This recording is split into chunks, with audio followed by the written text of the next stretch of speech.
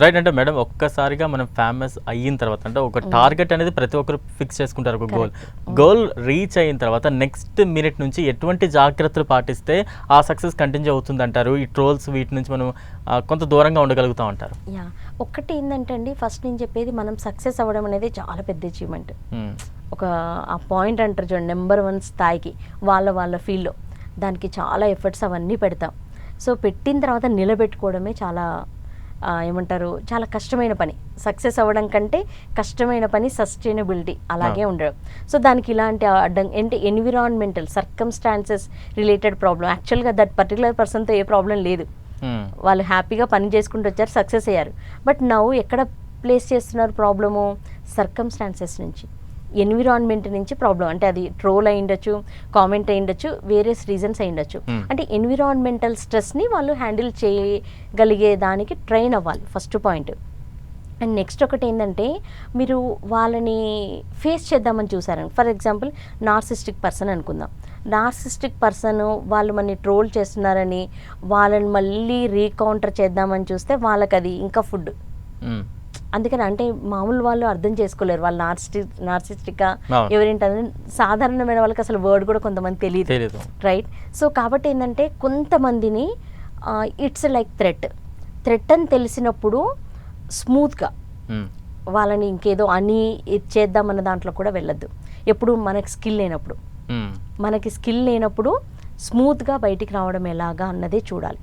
Okay, if you are trained దాన్ని ఎలా handle చేయాలో చూడడం, that is secondary completely. Okay, first of all ఏంటంటే వాళ్ళకి మాటకి మాట అన్నారా, మీరు వాళ్ళ ట్రాప్లోకి వెళ్ళిపోయినట్టే. ఓకే, వాళ్ళు ఎంజాయ్ చేయడం మొదలు పెడతారు.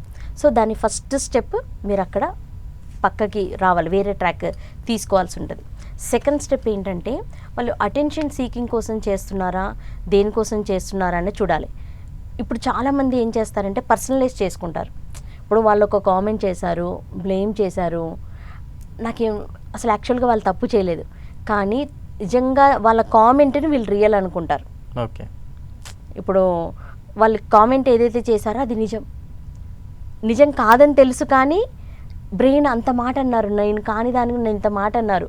సో ఆ సైకిల్లోకి వెళ్ళిపోతారు, తీసుకోలేకపోవడం. దాన్ని ఏమంటారంటే పర్సనలైజేషన్ అంటారు. సో ఫస్ట్ సెకండ్ స్టెప్ ఏంటంటే పర్సనలైజ్ చేసుకోవద్దు. అంటే ఇది ఎదురుంగ person behaviour, attitude related, conduct related issues ఇవి. ఓకే, సో మీరు వెళ్ళి సాల్వ్ చేయలేరు వాటిని. సో కాబట్టి పర్సనలైజ్ చేసుకోవద్దు. ఆ పర్సన్ అలాంటి వాళ్ళు ఇంకా అలాగే వాళ్ళు మాట్లాడతారు.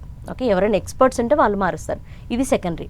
థర్డ్ ఒకటి ఏంటంటే, మీకు తెలుస్తుందండి మీరు నిజంగా ఇలాంటి సిచ్యువేషన్స్ని హ్యాండిల్ చేయగలుగుతారా లేదా. ఓకే, హ్యాండిల్ చేయలేకపోతే ఇమ్మీడియట్ హెల్ప్ సీకింగ్ నేచర్. అంటే మన ఫ్యామిలీ మెంబర్స్, ఫ్రెండ్స్, లేకపోతే ఎవరైతే ఉన్నారో ఈ సిచ్యువేషన్ నుంచి మన్ని బయటికి తీసుకొచ్చేవాళ్ళు, this is what happening with me అన్నది help seeking nature, immediate help seeking nature ఉండాలి. వాళ్ళు సాల్వ్ చేద్దామని చూస్తారు ఎప్పుడైనా కూడా.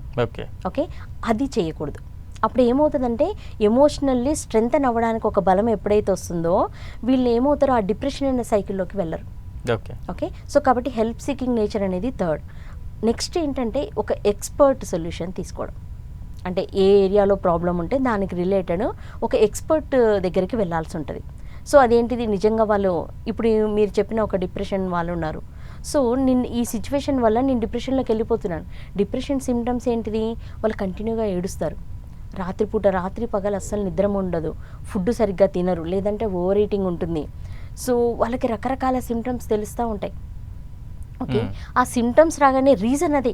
ఇప్పుడు ఒకరు కామెంటో క్రిటిసైజో ఏదో చేశారు, కానీ ఇమీడియట్ ఏంటిది, నువ్వు అనేబుల్ ఎప్పుడైతే మీరు హ్యాండిల్ చేయలేకపోతున్నారో దట్ పర్టికులర్ రిలేటెడ్ ఎక్స్పర్ట్ ఎవరు, సైకియాట్రిస్ట్ లేదా సైకాలజిస్ట్, లేదా అట్లీస్ట్ ఒక కొంచెం మోటివేట్ చేసి you are in this situation, నువ్వు డిప్రెషన్లోకి వెళ్తున్నావు, బట్ సర్కమ్స్టాన్సెస్ వల్లనే దీన్ని ఎలా కోపప్ చేసుకోవాలి.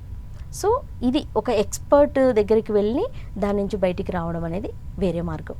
సో కాబట్టి ఇలాంటి డిఫరెంట్ అంటే ఎవరికి ఏది అందుబాటులో ఉంటే మనం దాని నుంచి బయటికి రావడం అనేది మనం రెడీగా ఉండాలి. ఓకే, ఇప్పుడు వాళ్ళని కంట్రోల్ చేయడం కంటే ఫస్ట్ మనం వీటన్నిటికీ రెడీగా ఉండడానికి ఓరియంటేషన్స్ తీసుకొని ఉండాలండి. Right madam, right. Thank you madam. Me